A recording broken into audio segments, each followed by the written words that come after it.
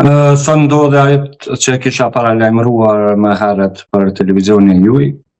dhe prap shoh një dimension tjetër politik tashmë, pasi që duhet të kuptojmë shumë mirë që lëvizja vetëvendosje nuk e ka vetëm për pozitë, por e ka për vendin dhe për qytetarët e Republikës Kosovës, çdo konsensus, çdo alternativë tjetër që zhvillohet vendi dhe miratohet buxheti i vitit 2026, për shkak se kemi edhe shumë projekte tjera, sidomos blerjen e disa armatimeve të cilat Ministria e Forcës Sigurisë të Kosovës vetëm ka bërë marrëveshje dhe tani më që i duan të alokojnë edhe forma e pagesës pjesë e buxhetit. Dhe kjo është një pengesë shumë e madhe. Në rast që opozita prap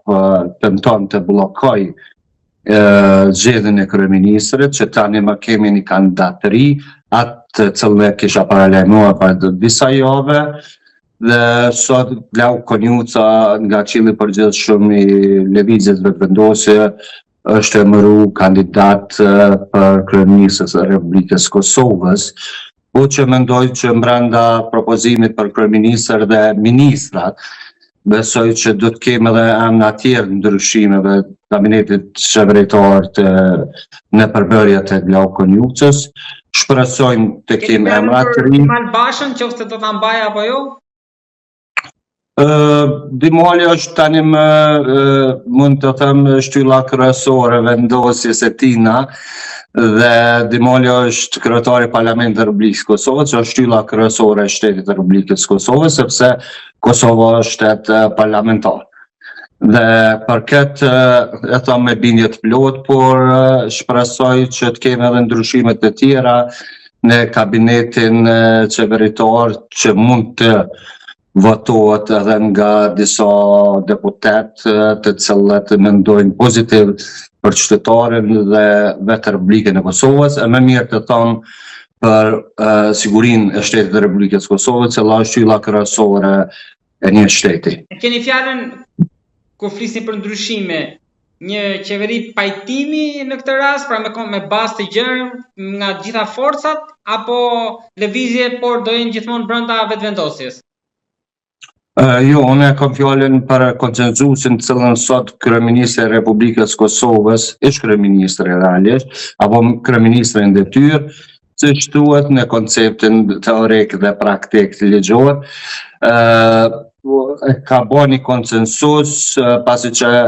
opozita, të gjithë partitë politike opozitare thanë që Albin Kurti, me një thënie të cilën mendoj ka qenë rastit të cilën i ka thonë hajvana, dhe tani më nuk e kanë Albin Kurtin përballë, por e kanë Glau Konjucën, si konsensus i lëvizjes vetëvendosje, dhe për këtë mendoj që Albin Kurti ka bërë mirë që ka emëruar bashkërisht me Këshillin Drejtues të lëvizjes vetëvendosje. I falenderoj të gjithë që kanë emëruar një kandidat tjetër për pozitën e kandidaturës për kryeministër, dhe njërin nga figurat mendoj kryesore të lëvizjes vetëvendosje pas Albin Kurti është Glau Konjuca. Glauku njihet edhe për transparencën e tina, njihet edhe për pjesën tjetër, që nuk ka pengesa edhe me partitë opozitare, edhe sa ishte kryetari i kuvendit, ka lejuar shumë gjëra që kryetarët tjerë parlamentit nuk kanë lejuar, por në frymën e transparencës, në frymën e kolegialitetit, dhe tani më e kanë kërkuar Glaukun për kryetar kuvendit, po tani më e kanë Glaukun për kryeministër të Republikës Kosovës. Besoj që kërkuan për kryetar kuvendit, mendoni që do ta votojnë edhe për kryeministër? Por tani më ata të cilët nuk e votojnë, të folëm tash hapta, pa doreza. Ata të cilët nuk e votojnë Glau Konjucën edhe qeverinë e Republikës Kosovës, tani më qeverinë e Pakicës mund ta them, sepse nuk i ka